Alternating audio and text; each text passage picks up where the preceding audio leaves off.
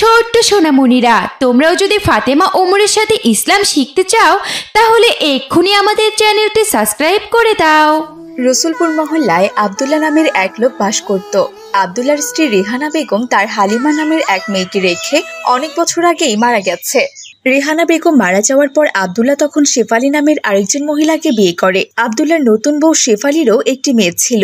মেয়েটির নাম ছিল মিলি। মিলি দেখতে খুবই সুন্দরী, কিন্তু আব্দুল্লাহর আগের স্ত্রীর মেয়ে হালিমা দেখতে ছিল কুচকুচে কালো। একদিন আব্দুল্লাহ তার কালো মেয়ে হালিমাকে ডেকে বলল, মা হালিমা, হালিমা এদিকে এসো মা। আসসালামু আলাইকুম রাহমাতুল্লাহ বাবা। ওয়ালাইকুম আসসালাম ওয়া রাহমাতুল্লাহ। বাবা, আপনি কি আমাকে ডেকেছেন? হ্যাঁ মা হালিমা, তোমার সাথে একটু কথা ছিল তাই ডেকেছি। জি আচ্ছা বাবা, বলুন। মা হালিমা, দেখতে দেখতে তো তোমার বয়স মাশাআল্লাহ 18 পার হয়ে গেল। আমি এবার চাই তোমার বিয়েটা দিয়ে দিতে মা, তুমি কি বলো? এসব আপনি কি বলছেন? কি ওর বিয়ে দেবেন মানে? ও বিয়ে করে শ্বশুর বাড়িতে চলে গেলে আমার বাড়ির কাজ কে করবে শুনি? আমি বাড়ির কোনো কাজ করতে পারবো না, এই বলে দিলাম। কি ব্যাপার শেফালি, তুমি এসব কি বলছো? হালিমা তো বড় হয়ে গেছে, ওকে বিয়ে দিতে হবে না? ও কি সারা জীবন তোমার বাড়ির কাজকর্ম করবে না? কি রাজকন্যা মেয়ে তার, দেখতে তো পুরো পাতিলের কালির থেকেও কালো সে। ওকে আবার কে বিয়ে করবে শুনি? তার চেয়ে ভালো হবে সারা জীবন আমার বাড়িতে কাজকর্ম করুক। টাকা খরচ করে বিয়ে দিয়ে দিলে দেখবে 2 দিন পর জামাই ওকে তাড়িয়ে দেবে। তা আমি মেনে নিতে পারবো না, এই বলে দিলাম। কি বলছো কি শেফালি? ওকে তাড়িয়ে দিবে কেন?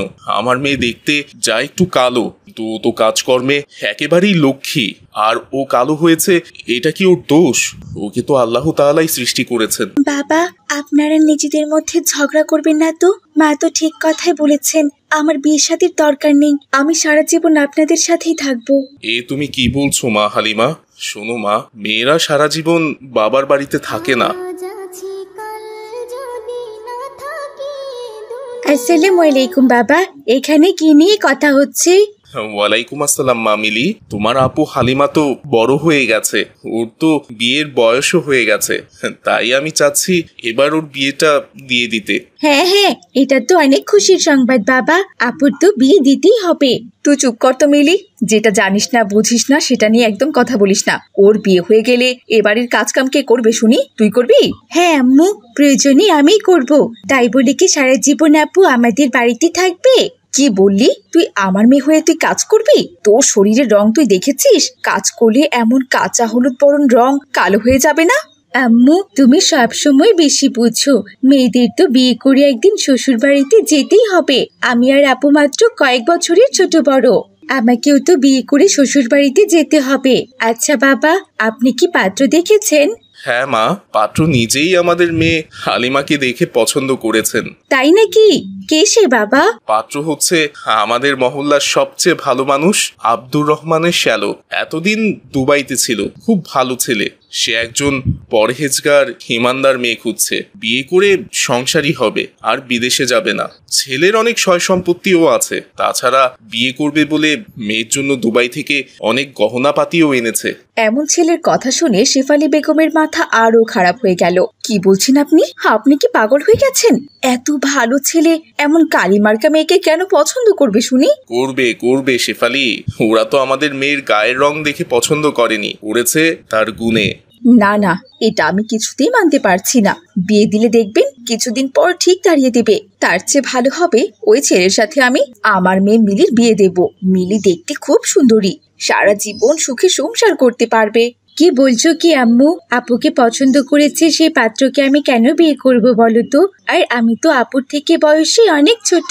তুমি চুপ করো মিলি, যেটা বোঝো না সেটা নিয়ে কথা বলো না। এই বাড়িতে যদি কখনো বিয়ে হয় তাহলে তোমারই হবে, ওই কালো মেয়ে নয়, বুঝেছো? আম্মু, তুমি সবসময় বেশি বেশি করো। আপু আমার বড়, বাড়ির বড় মেয়েকে রেখে ছোট মেয়েকে বিয়ে দেবে কেন তুমি? হ্যাঁ হ্যাঁ, প্রয়োজনে আমি তাই দেব, এটাই আমার ফাইনাল কথা। তোমার যা ইচ্ছে তুমি তাই করো, আমি চললাম।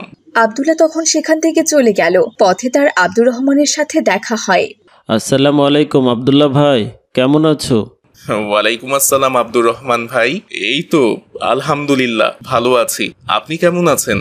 ভালো আছি আব্দুল্লাহ ভাই। তা তোমার বড় মেয়ে হালিমাকে দিয়ে যে আমার শ্যালক রিয়াদের বিয়ের কথা বললাম, সেটার কি করলে ভাই? ভাইজান, এই বিষয়ে আজ আমি বাড়িতে আলোচনা করেছি। আমাকে 2 দিন সময় দিন ভাই, আমি আপনাকে জানাবো। আচ্ছা ঠিক আছে, তবে আমার শ্যালক কিন্তু খুবই ভালো মানুষ। এমন পাত্র হাতছাড়া করা কিন্তু তোমার একদমই ঠিক হবে না। তাছাড়া আমার শ্যালক তোমার মেয়েকে কোথায় যেন দেখে পছন্দ করে ফেলেছে, বারবার আমাকে বিয়ের জন্য তাড়া দিচ্ছে। আচ্ছা ঠিক আছে ভাই, আপনি চিন্তা করবেন না, আমি দেখি কি করা যায়।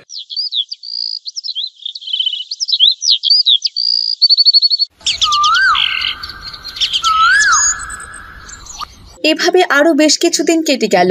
একদিন আব্দুল্লাহ তার মেয়ে হালিমাকে দেখার জন্য আব্দুর রহমানের পরিবার ও তার শালককে আসতে বলল। তারা আব্দুল্লাহর বাড়িতে আসলো। আসসালামু আলাইকুম ভাই আব্দুর রহমান। ওয়ালাইকুম আসসালাম আব্দুল্লাহ ভাই। বসুন ভাই, একটু পরে আজান হবে, নামাজ শেষ করে এরপর আলোচনা শুরু করি। হ্যাঁ ভাই, সেটাই ভালো হবে।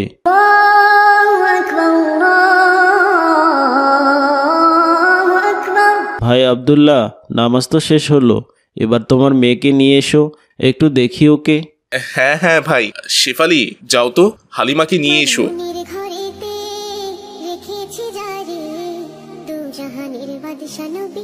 এ কি ভাই, আমার শ্যালক তো তোমার ছোট মেয়ে মিলিকে পছন্দ করেনি, করেছে তোমার বড় মেয়ে হালিমাকে। কি ব্যাপার শেফালি, তুমি হালিমাকে না নিয়ে এসে মিলিকে নিয়ে এসেছো কেন? এই যে বাবা, শুনছো? তোমার পছন্দ দেখে আমি তো অবাক হয়ে যাচ্ছি। অমন পাতিলের কালির মতো মেয়েকে কি করে পছন্দ করলে তুমি বলো তো? এই দেখো, আমার নিজের মেয়ে মিলিকে।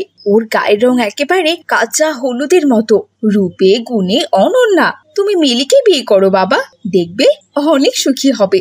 তাছাড়া আমি তোমাকে অনেক যৌতুকও দেবো বাবা। ভাই আব্দুল্লাহ, তোমার স্ত্রী এসব কি কথা বলছে? আমার শ্যালক তো হালিমাকে যৌতুকের আশায় কিংবা গায়ের রং দেখে পছন্দ করেনি, ও পছন্দ করেছে হালিমার গুণ দেখে। এই বাড়িতে বিয়ে করতে হলে সে হালিমাকেই করবে। আর এই যে তুমি কেমন মহিলা, হ্যাঁ?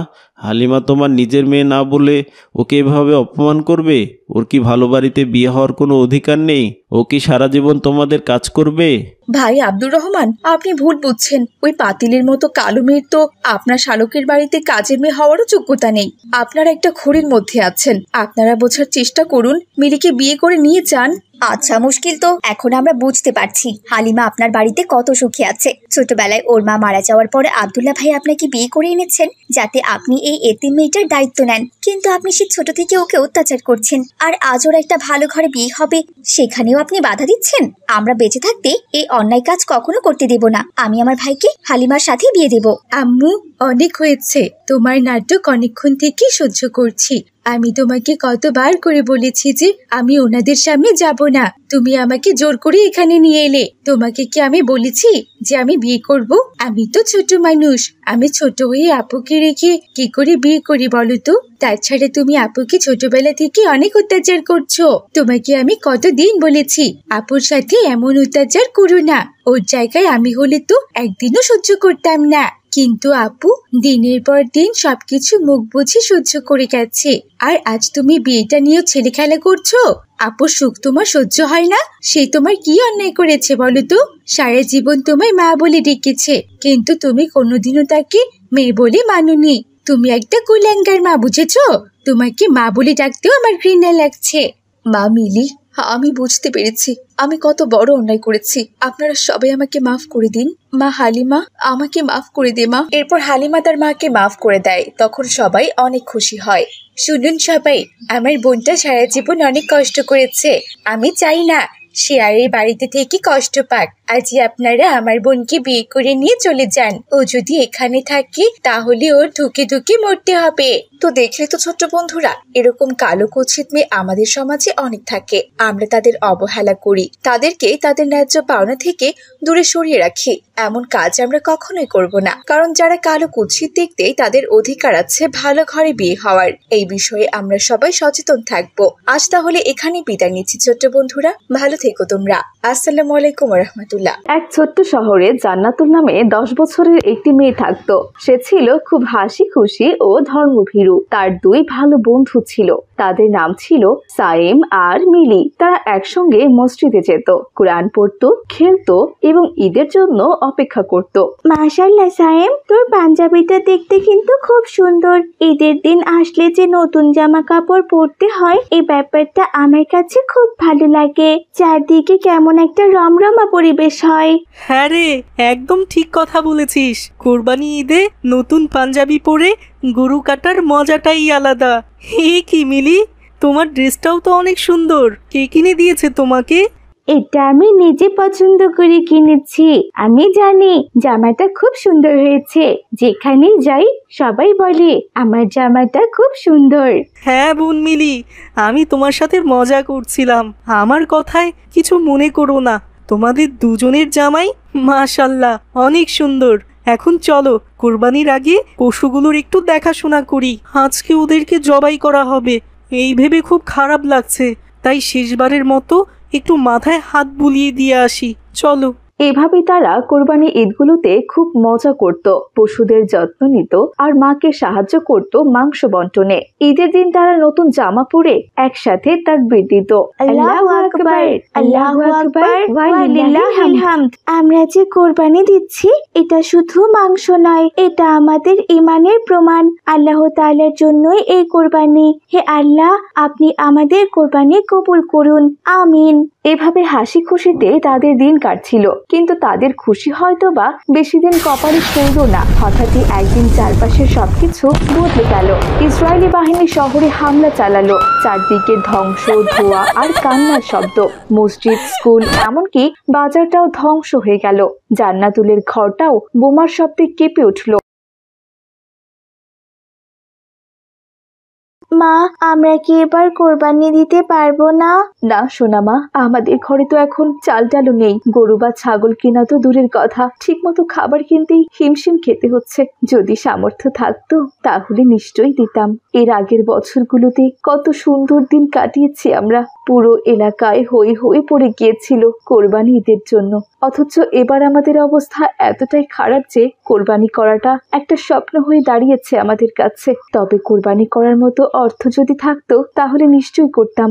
আমাদের সাথে কেন এমনটা হলো মা? পৃথিবীর সব দেশের মুসলমানরা এবার কোরবানি দেবে, অথচ শুধুমাত্র ফিলিস্তিনিবাসী কোরবানির থেকে বঞ্চিত হবে। আমাদের দেশে আর কোরবানি বলতে কিচ্ছু রইল না, কারণ প্রতিদিনই তো আমাদের দেশে হাজার হাজার মানুষ কোরবানি হচ্ছে। এই ধ্বংসস্তূপে কোরবানির আর কি দরকার বলো? হ্যাঁ রে মা, এখন শুধু আমাদের মৃত্যুর জন্য দিন গুনতে হবে। জানি না কখন আমাদের আল্লাহ তাআলা ডাক দেন। ওদিকে সাইম আর মিলিও ঘুরে বেড়াচ্ছিল ধ্বংসস্তূপে। খেলাধুলা একেবারে বন্ধ, মুখে কোনো হাসি নেই, জামা কাপড়ও অনেক পুরনো। তাদের কেবল একটা কথাই মনে পড়ছিল, ঈদ তো খুশির দিন, কিন্তু এবার কেন মন এত খারাপ হচ্ছে। ঈদের সকালে জান্নাতুল ছাদে উঠে তাকবীর দিচ্ছিল একা একা। আল্লাহু আকবার, আল্লাহু আকবার। তার চোখ বেয়ে পানি পড়ছিল। পাশের বাড়িগুলো ধ্বংস, মসজিদে বোমার ক্ষত আর মানুষের চোখে কষ্টের ছাপ। তবুও সে নামাজে গেল। ইমাম সাহেব চোখের পানি মুছতে মুছতে খুতবায় বললেন, প্রিয় ভাই ও বোনেরা, কোরবানি শুধু পশু জবাই নয়, কোরবানি মানে ত্যাগ, ধৈর্য ও আল্লাহর প্রতি ভালোবাসা। যারা আজ কোরবানি করতে পারছেন না তারা যেন কষ্ট না পান। আল্লাহ নিয়ত দেখেন, মাংস নয়। এই যুদ্ধ আমাদের ঘর কেড়ে নিয়েছে, খাবার কেড়ে নিয়েছে, কিন্তু আমাদের ঈমান যেন কেউ না নিতে পারে, ইনশাআল্লাহ। জান্নাতুল কাঁদতে কাঁদতে মিলিকে জড়িয়ে ধরলো, বলল, আমরা আল্লাহ তাআলাকে ভালোবাসি। এই কষ্টের মাঝেও আমরা তার জন্য কোরবানি করলাম। কিন্তু তারা সারাদিন ছোট ছোট কাজ করলো। এক বৃদ্ধাকে পানি এনে দিল, একটা শিশুকে খাবার খাওয়ালো, আর বোমায় ভাঙা মসজিদের সামনে বসে সূরা ইয়াসিন পাঠ করলো। সন্ধ্যায় আকাশে ফায়ার জেটের শব্দ।